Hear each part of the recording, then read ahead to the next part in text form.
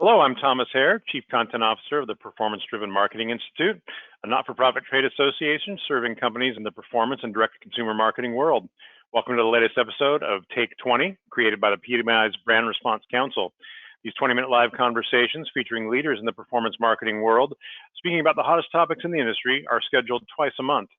Before we get to today's conversation, a quick housekeeping note.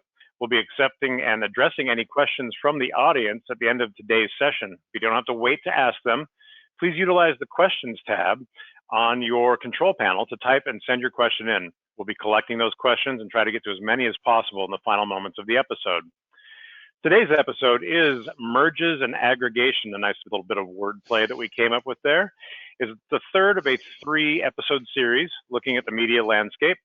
Will the ongoing trend of media and streaming companies combining continue to come as acquisition or as aggregation?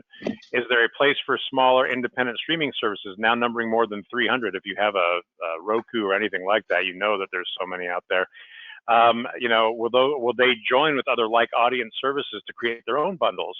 And will cable companies purchase new services to add to their own mixes?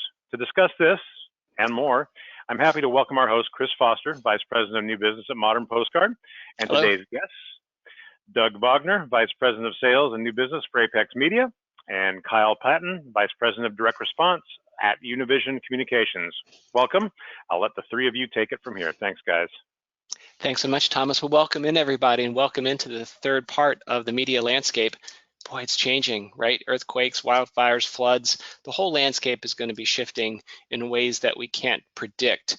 But there might be some signs in the weather, and there might be some indications of changes that are coming down the pike. Tom mentioned the streaming services. Could they be joined? But also, too, there have been some recent news in the landscape that I think could be a harbinger or a symbol of things to come. So in the midst of the Discovery and Warner Brothers merger, now they've renamed themselves Warner Brothers Discovery, and Amazon purchasing MGM. The landscape has changed even just this year. Doing some article searching, both Viacom, CBS, and NBC Universal have been mentioned in articles for possible mergers of their own, nothing concrete, but a lot of folks say, gosh, I wonder what they're going to be doing now that Warner Brothers Discovery and Amazon purchasing MGM. Are there some trends coming on? And recent news, there could be international opportunities as well. As noted in the Times out of the United Kingdom, the Channel 4 broadcast company is holding consultations about considering privatization, even citing Amazon or Netflix as possible candidates. And I quote, John Whittingdale, the culture minister, said he did not by any means rule out the channel being taken over by a company such as Netflix or Amazon. And as written in Wired magazines, quote, during Warner Media's upfront presentation on Wednesday, the head of ad sales, JP Colico, said, quote, we believe that IP is the new prime time. So there are so many changes that are going to happen. And in a conversation like this, it's going to be open-ended. Of course, we don't exactly know, but trends are perhaps beginning to reveal themselves. And Kyle, I guess I'll start with you. What kind of deals make sense to you when it comes to media companies and how they might want to merge or form partnerships? No, thanks, Chris. And Doug, and it's great being on here. Thank you so much. I think when it comes to that, I think it still goes back to, content is king. And, where does it start? I mean, everybody is trying to kind of compete with Netflix and with Disney. And in my opinion, that's a very tough competition to break up, to go against, because you have the library and the cache of Netflix, you have the incredible content and IP on Disney, and you have all these other companies now kind of, and I hate to use the word scramble, but it's like they're all just looking to kind of, let's just merge so that we can take on Netflix. Let's merge so we can take on Disney, when I don't think they're competitors. I think you're talking about two totally separate competitions. Netflix and Disney are in their own tier. And I feel like Discovery, Warner, Viacom, they're kind of like their media telco, and you have to look at them separately. You could even put Amazon in that almost like tier 1 bucket. They just obviously purchased MGM for $8.5 billion, which is, I mean, that is a great library, but $8.5 billion is a considerable amount of money. Right. I just don't think there's an end game in sight when it comes to all these mergers. And I think, as much as Warner just, got together with Discovery, who's to say that David Zaslav, the CEO of Discovery, is not going to want to try and buy CBS Viacom? Who's to say? It's all a matter of who's acquiring who's these days, and how are you building up your content library to make the best experience for the consumer. So I love that, Kyle, because the question is about goal, right? Is the goal audience? Is the goal share? Is the goal survival? But I'd like you to dig in a little bit more when you talk about building a library of content and how content is king. Do you think in the end that that's the goal, what it means by the intellectual property is the new prime time, is the goal, the coveted content that an audience wants? Absolutely. It's a lot of these goals for these companies is not even so much box office success, where that used to be the case years ago. Because say you do a movie and it makes $150 million, where now the goal is let's drive our subs. It's driving subs. Like, I mean, the fact that Disney's stock price is at 170, what it is, and two of their biggest revenue generators haven't been really live in the last 18 months, which is, I think it's merchandise and parks. I mean, it's been strictly driven by subs. And you look at the subs, I mean, look, they paid, I don't know how much money for Star Wars, 200 million, and they are doing spin-offs, but the biggest hit on that has been The Mandalorian, which is actually, you can watch in the comfort of your own home. And so I don't know how much money Jon Favreau got paid for that, but it was not enough, because that show alone has driven so much interest in Disney Plus alone. And as far as, the smaller, I feel like these smaller streaming services, though, can benefit by getting bought by a bigger, because you can get more money backing you, and with more money, you can create better content. So, and the pie is growing. I think, Peacock is kind of similar to like a Roku, where they're just looking to get a piece of the pie. They're looking, I mean, it is a pie that is growing, but they're looking to just get whatever they can. And there's been like a little bit, they said they had 33 million signups. I don't know how much of that is actually paid per month. I think there's, all these streaming companies kind of have interesting way of shaping the narrative of how well they're doing. And, so that's what I find very interesting. But I think there are a lot of streaming platforms out there. There are growing a lot. And I feel like some of the bigger players are kind of buying these up and scooping them to making sure that when they actually reach the consumer, that it's the best possible experience for the consumer. Okay, so let's touch on that, and I'll pass that off to Doug about the best possible experience for the consumer. So I asked kind of Kyle what the deals make the most sense from a media perspective. Douglas, I'll ask you, what deals make the most sense from a consumer or advertiser perspective? Great question. So the difference in the delivery right now of our video entertainment is technology. Okay. It's nothing else. Content is available on my Uverse that I've had for 14 years now over here, and AT&T abandoned 3 years ago. But it's all about choice and its the ability to dip in and out of services and watch what you want, and then cancel that service and go to something else, right? So Kyle touched on a lot of really important things there. And you mentioned at the beginning of this call, or this session, Chris, is aggregation.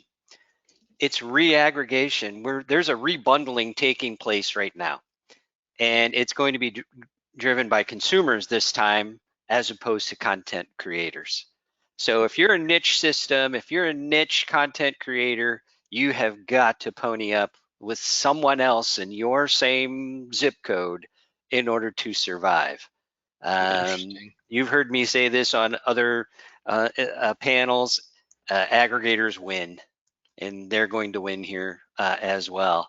And in terms of managing both content and delivery platforms, there's not a great track record of companies being able to pull that off. I mean, take a look at AT&T, for example. I mean, that is a don't do this if you want to be successful in the video business. You said it. You said it. That's what it is. Let's call it what it is. But to Kyle's point about there's still incredible shakeout continuing. I read last week or maybe 2 weeks ago. I mean, of all people, Brian Roberts at Comcast is kicking the tires at Roku and CBS Viacom.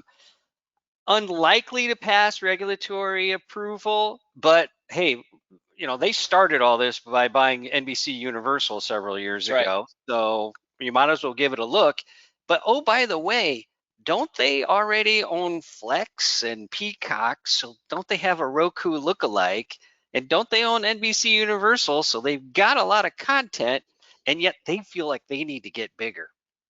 So it's interesting. I think that it is a question of, I think the goals, and also perhaps if you don't go big, you don't survive. And I don't know if that's true or not. But if we look at, Kyle, you had mentioned Netflix and Disney, and I think Amazon rightfully is part of that triumvirate, right? And you look at those, and the question is, can anyone compete with them? Well, that's probably a terrible choice. Don't try to compete with them, because you're not going to win that battle, right? You just don't fight battles you can't win. You're not going to compete with that group. Yeah.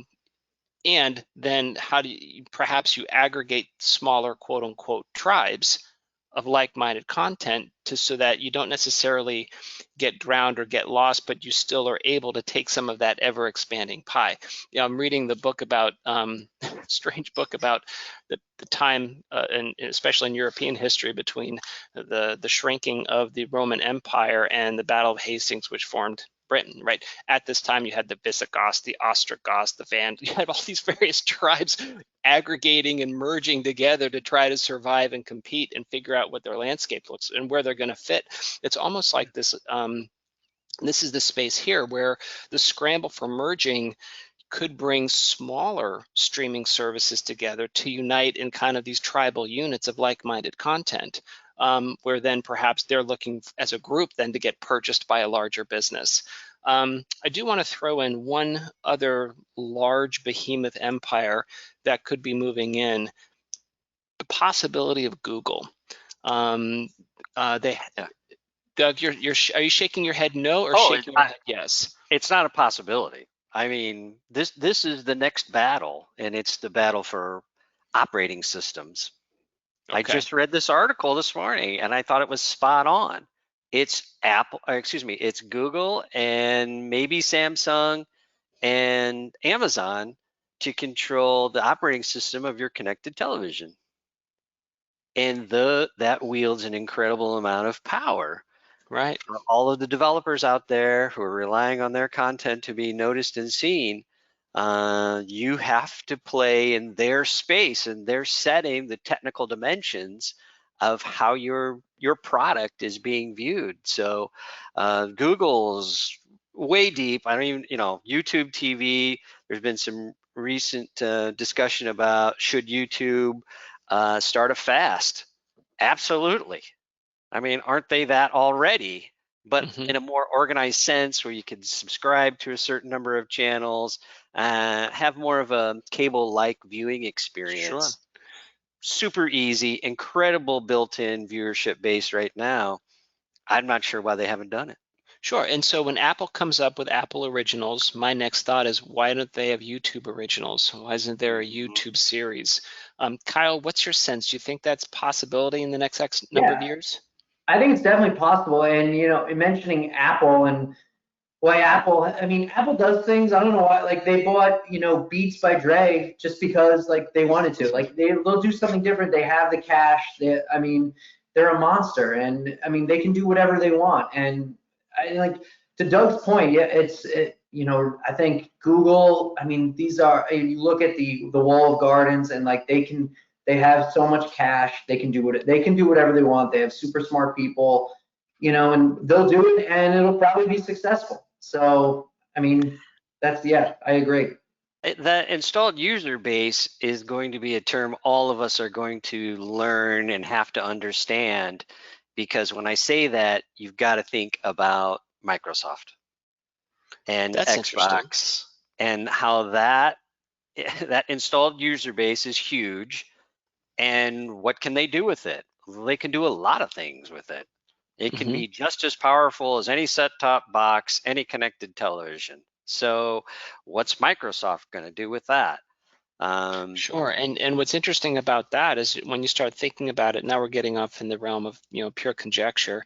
Not only with Xbox, but you think of something like Sony PlayStation, and then Sony has content properties as well, right? And how do they perhaps blend some of those content properties with a gaming environment along with the device? Yeah, Twitch for Amazon is an incredibly powerful platform that at some point Amazon's going to remember that they own it and they're going to do something. I've heard that they're still kind of working with that. Like anybody, they bought something, they're like, all right, now what do we do with it? How fantastic or terrifying that you can have a base like that with incredible engagement and just let it set and percolate for a while until you figure out what to do with it, Google, Amazon, and the rest.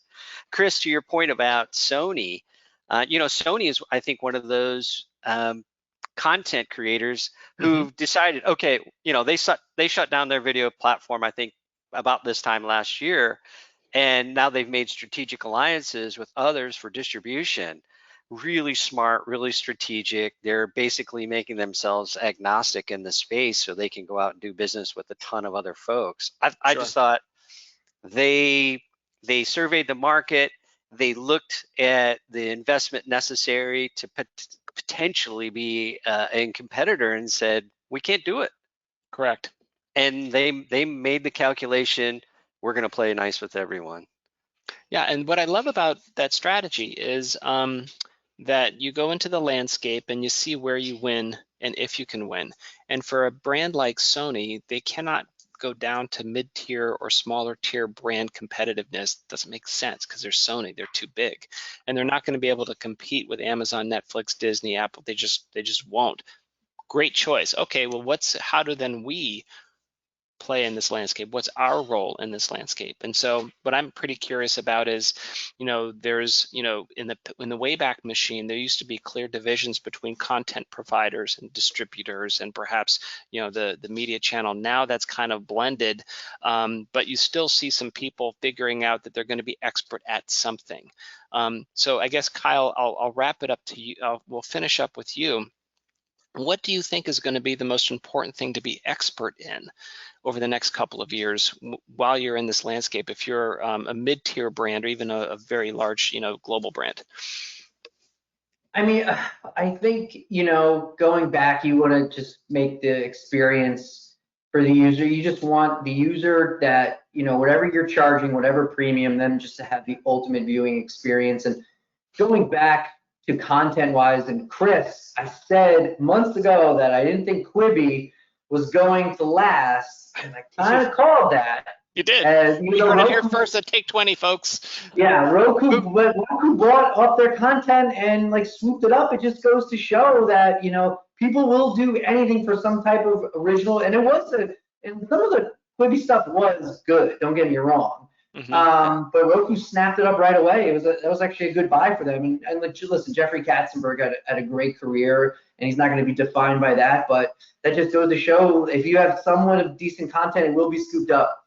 I think I want to go back to the Netflix point of what makes them so good. And an example is they know exactly. They don't know if you're a male or female or how old you are, but they know what you like based on their algorithm, and that's what I like. It's not intrusive. It kind of gives you good recommendations.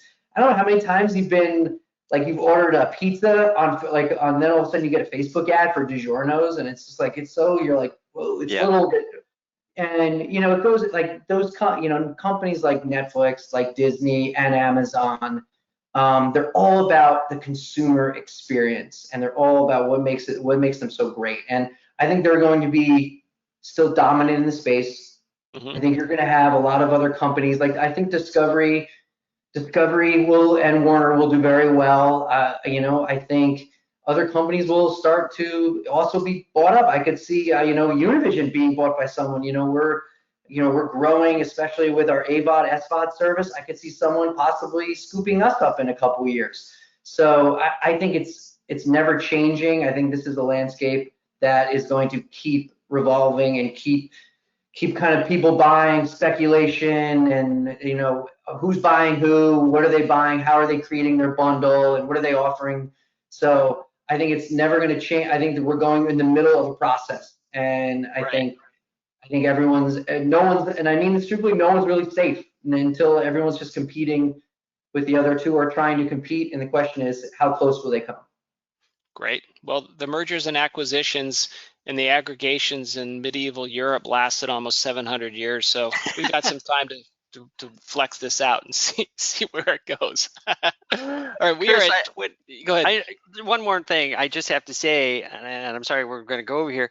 From an advertising perspective, the thing that there has to be a defined and universal agreement on data, because everybody's throwing different data, different metrics really out there right now. And for we advertisers, it is the wild, wild west. Just like the environment itself from mergers and acquisition perspective, from an advertising perspective, you've got everybody throwing out kind of metrics that don't mean anything. So there has to be some kind of some kind of system and process applied for that so that you can count on. That's interesting. I like that. I like that a lot. I think we invented a data term a couple of Take 20s ago. I have to look at the archives because, again, it's another, you heard it here first, as a new KPI that people are going to be pulling out. But I love that idea too. And I also think that, and we talked about this a lot in previous episodes, the data is just simply going to get better, right? What I love is that Netflix learned from Amazon about people who bought this would be likely to buy this. So Netflix turned that turned that around into content viewership. And then because of the learnings, that's why they first produced House of Cards. They looked at the data of what people were watching, found a pre-existing show from the BBC, repackaged it, and it was a hit. And I think that the agreement on data is then going to turn back into probably the fueling of content because of what people are going to want to watch. Absolutely right. Cool. Well, we are ready for some questions. Great discussion, gentlemen. Great. Thank you. Great conversation, guys. Drew some good questions. The first one I'm going to go to touches back on Netflix. Netflix is spending billions on content, but companies that used to license them are pulling their content from them. While massive subscriber growth is finite, do you anticipate them moving towards ad support, given they are publicly traded and must sustain growth? Kyle, I'll go to you. I've had this discussion with so many people in our industry. I don't think so. I don't think they're ever going to do ads, at least not for this foreseeable. Not for the foreseeable future. It would just hinder too much on the consumer experience. Even they could do a pre and post and one mid, maybe, but they made it this far. I think they've been paying down their debt. It is tough to kind of keep growing subs and kind of keep growing revenues, though, and that I understand. But I don't see it. I don't see it within the next 3 years. No. Interesting. I think they will. 3 years is a relatively short runway, Kyle. So you're probably right there. But they've already experimented with that in Europe with ad sales, and I think they eventually do get there.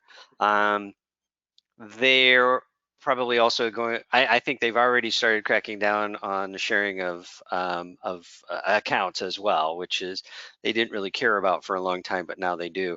Kind of a different topic, but part of that would be in recognizing what their true audience is as well. So, and that would support an ad sales effort. I could also even see, there's no reason not to, I'm sure they've thought about it too, as tiers of subscription.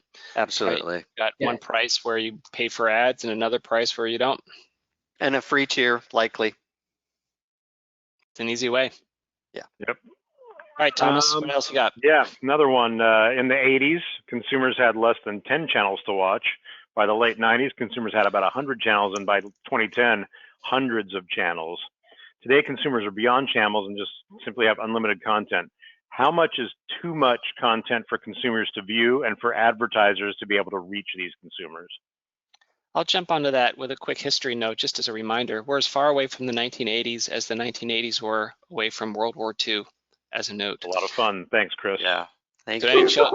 Any child from the 80s, how does that make you feel? I actually don't think that there's going to be too much. I think that human beings have a remarkable capacity to find out things that they want to watch and consume, and the never-ending approach of content that's going to be available based on what somebody wants, I think users are going to just expect that more. I think that if I reference a movie that was made before my daughters were born, and I say that was such a great movie, their first expectation is I'm going to go Google that movie, and I'm going to go watch it because I can.